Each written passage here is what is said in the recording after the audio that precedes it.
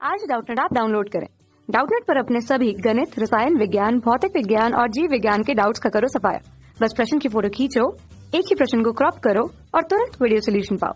अभी डाउनलोड करें। जैसा कि प्रश्न में दिया गया, प्रश्न में कहा है कि एथीन अणुओं के योगात्मक बहुलीकरण के दौरान benzoyl peroxide, acetyl peroxide, tert butyl peroxide आदि मिलाए जाते हैं, इनका कार्य होता है। प्रश्न में 4 विकल्प दिए गए, इनमें से कोई एक विकल्प सही है। हमें बताना है ये जो पेरोक्साइड्स डल रहे हैं भिन्न प्रकार के, इनका क्या कार्य होता है। तो आइए प्रश्न को हल करते हैं। तो सबसे पहले समझते हैं पेरोक्साइड डलता क्यों है। आइए समझते हैं पेरोक्साइड डलता क्यों है इथीन की पॉलीमराइजेशन में। तो आइए, पेरोक्साइड क्या करता है, मुक्त मूलन उत्पन्न करता है। पेरोक्साइड मुक्त मूलक उत्पन्न करता है। मुक्त मूलक क्या होता है? मुक्त मूलक जैसे कि उसको दर्शाया जाता है बिंदु से, जैसे एक्स के ऊपर बिंदु, यह होता है मुक्त मूलक। और प्रश्न में कई प्रकार के पेरोक्साइड दिए, हम जिक्र करते हैं बेंजोइल पेरोक्साइड का।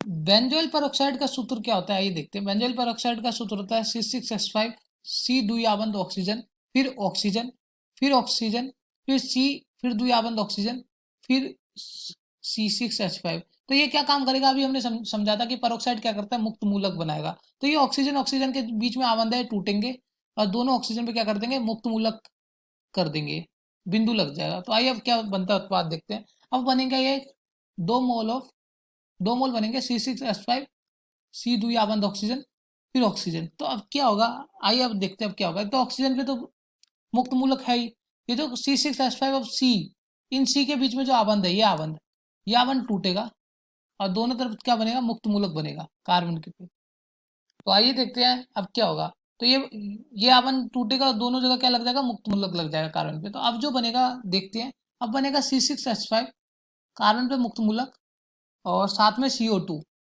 अब क्या होगा, अब ये हमारा मुक्त मूलक तो बन गया, फिनाइल मुक्त मूलक कहा जाएगा इसे। अब क्या होगा, जो हमने अभी पढ़ा था इथीन का बहुलीकरण होगा, बहुलीकरण। तो अब क्या होगा, इथीन लिख लेते हैं, CH2 द्विआबंध CH2।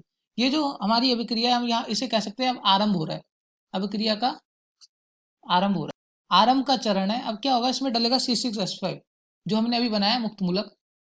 तो ये क्या करेगा, तो ये जो इसमें तो मुक्त मूलक है, ये जो CH2 के बीच में द्विआबंध है, ये टूटेंगे और दोनों कार्बन पे मुक्त मूलक बन जाएंगे।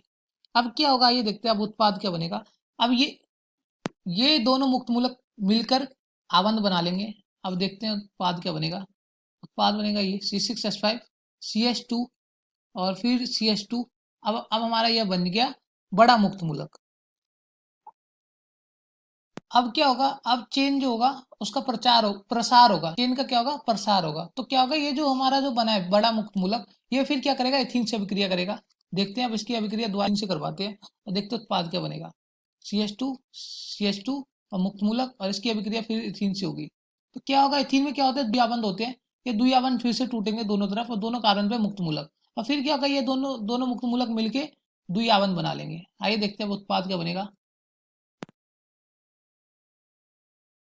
उत्पाद देखिए, उत्पाद क्या बना, ये दोनों मुक्त मूलक मिल गए और द्विआबंध बना के इनको मिला दिया एक दूसरे से, ये उत्पाद बनेगा। और ऐसे क्या होगा, कार्बन बढ़ते जाएंगे, मुक्त मूलक में कार्बन बढ़ते जाएंगे और अंत में क्या बनेगा, बड़ा मुक्त मूलक। और फिर क्या होगा, अब होगा क्या, चेन की समाप्ति होगी, चेन की समाप्ति होगी। चेन की समाप्ति कैसे होगी, जो ये हमारा बड़ा मुक्त मूलक बना है, ये खुद जैसे अपने जैसे एक और मुक्त मूलक से अभिक्रिया करेगा।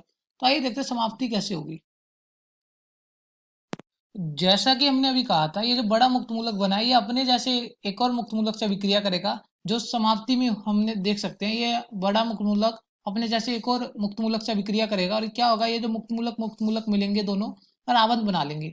और जैसा कि हम देख सकते हैं उत्पाद में क्या बन रहा है, पॉलीथीन बन रहा है। तो यहाँ से हमें क्या निष्कर्ष मिला कि बेंजोइल पेरोक्साइड क्या काम कर रहा है, बेंजोइल पेरोक्साइड काम कर रहा है, मुक्त मूलक देता है और अभिक्रिया को आरंभ करता है। तो आइए प्रश्न की तरफ चलते हैं और देखते हैं कौन सा विकल्प सही है। प्रश्न में क्या कहा था, प्रश्न में कहा था कि एथीन अणुओं के युगात्मक बहुलीकरण के दौरान benzoyl peroxide, acetyl peroxide, tert butyl peroxide आदि मिल जाते हैं, इनके कार्य होता है।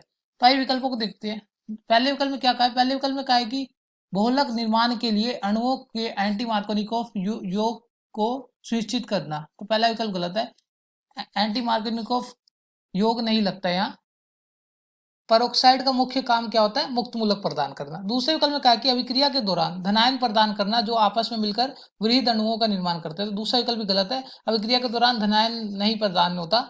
हमने अभी अभिक्रिया देखी है पूरी, तीसरे विकल्प में कहा कि अभिक्रिया मिश्रण का ताप कम होता है, तो ये तीसरा विकल्प भी गलत है। इस अभिक्रिया से मिश्रित ताप पर कोई फर्क नहीं पड़ता। चौथे विकल्प में कहा है कि उत्पन्न मुक्त मूलक जो एकलक से जुड़कर बड़े मुक्त मूलक देते हैं, तो हमारा चौथा विकल्प सही है। अभी हमने अभिक्रिया देखी थी कि जो मुक्त मूलक बनते हैं वह एकलक से जुड़कर बड़े मुक्त मूलक देते हैं। तो अगर हम ध्यान से देखें तो इस प्रश्न का सही उत्तर है चौथा विकल्प। और यहाँ होता है हमारा प्रश्न हल। इस प्रश्न का सही उत्तर है चौथा विकल्प। कक्षा 6वीं से 12वीं से लेकर नीट, IIT, JEE वो एडवांस के लेवल तक 1 करोड़ से ज्यादा छात्रों का भरोसा। आज ही डाउनलोड करें डाउटनेट ऐप या व्हाट्सएप करें अपने सारे डाउट्स 8400 400 400 पर।